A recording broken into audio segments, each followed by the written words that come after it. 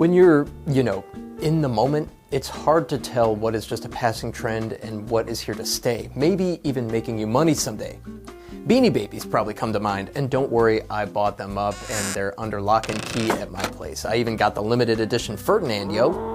But let's forget about the fast cars and multiple mansions these stuffed animals will provide one day, and let's turn this line of thinking to the trucking industry.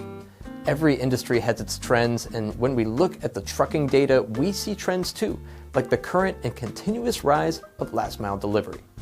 Now, you probably don't need me to analyze last mile delivery. I can pretty confidently say at this point that this trend is here to stay for the long haul. Well, not in long haul trucking, last mile, you get it. Instead, let's take a look at what trends like last mile means for the future of medium duty trucks.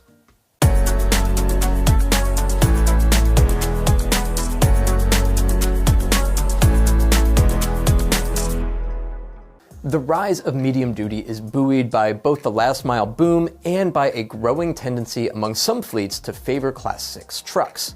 These trucks don't typically require a CDL, so the thought is this translates into attracting a wider pool of drivers. And it makes sense at a time when the driver pool continues to challenge our industry.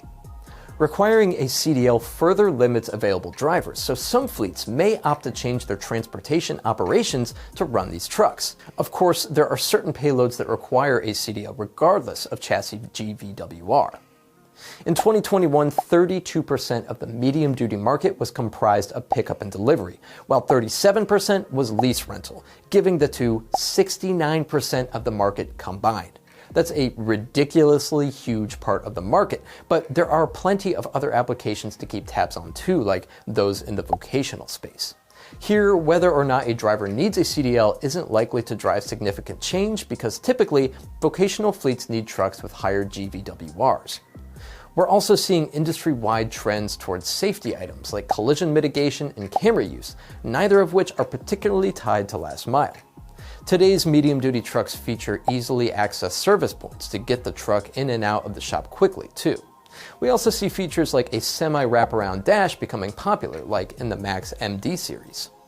Of course, we can't forget about electric. As electric vehicles emerge in the Class 6 and 7 market, we will likely see some of the historical class configuration and differentiation lines like engine displacement and visibility blur. Some of these lines, though, like overall vehicle weight as it translates to CDL requirements, will remain constant. For more trucking equipment content, head over to fleetequipmentmag.com. Thanks for watching.